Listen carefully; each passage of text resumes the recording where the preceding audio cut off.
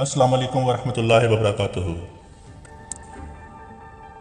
50% तारकीन वतन को नौकरियों से फारिग किया जाएगा। खबर की तरफ बढ़ने से पहले अगर आपको हमारी वीडियो अच्छी लगे तो इसको लाइक कर दें और चैनल को सब्सक्राइब कर दें।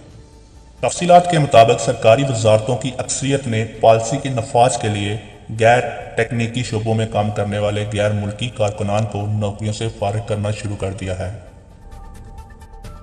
सरकारी वजारतों में काम करने वाले गैर मुल्की अमले को बरतरफ करने के लिए इन्हें वाज़िया टर्मिनेशन लेटर जारी किए जा रहे हैं, जबकि टेक्निकी शोबों में मुआहदों कॉन्ट्रैक्ट पर काम करने वाले गैर मुल्की अमले को वक्त फ़वक्तन बरतरफ किया जा रहा है ताकि वजारतों का काम मुतासर ना हो। तवक्को की जा रही है कि आइंदा 3 माह में ठेकेदारों के लिए काम करने वाले 50% से ज़्यादा तारकीन वतन की नौकरियां ख़त्म कर दी जाएंगी,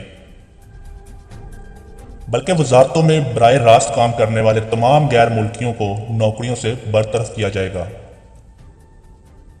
इनमें से बहुत से कारकुनान को वजारतों के कॉन्ट्रैक्टर्स के तौर पर काम करने वाली कंपनियों में शिफ्ट कर दिया गया है। इसके साथ साथ इन्होंने बयान दिया कि नया ड्राइविंग लाइसेंस सिस्टम 5 अगस्त को शुरू किया जाएगा। तफसीलात के मुताबिक महकमा ट्रैफिक के जर्नल ट्रैफिक ने ऐलान किया है कि नया ड्राइविंग लाइसेंस के निज़ाम 5 अगस्त 2020 बरोज़ बुध से शुरू किया जाएगा। इसके साथ साथ टैक्सियों ने तकरीबन 4 माह के वक्फे के बाद 28 जुलाई को दोबारा खिदमत शुरू की, लेकिन टैक्सी ड्राइवर प्राइवेट कार टैक्सियों की शिकायत कर रहे हैं। मुझे उम्मीद है कि हुकूमत प्राइवेट कारों को टैक्सी के तौर पर चलने से रोक देगी। एक प्राइवेट कार के ड्राइवर ने बताया कि इन्हें अब बहुत फ़ायदा हो रहा है क्योंकि वो टैक्सी कार वालों से ज़्यादा रकम कमा रहे हैं।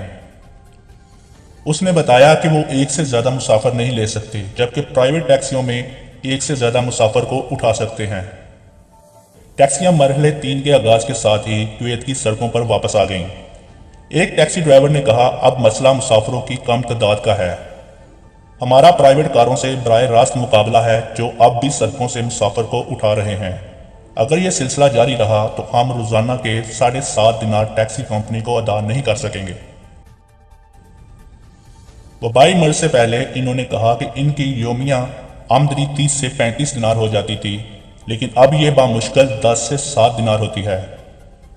यहां तक कि कभी कभी 1 दिनार भी नहीं होता। लिहाजा हम बड़ी मुश्किल में हैं। हम कैसे जिंदा रहेंगे? हमारी फैमिलियां भी हैं और हमें किराया और खाने की कीमत भी अदा करनी होती है, तो हमारे पास अपने लिए कुछ नहीं बचता। हम उम्मीद करते हैं कि टैक्सी ऑपरेटर नरम लचकदार होंगे या हमें कोई राय देंगे।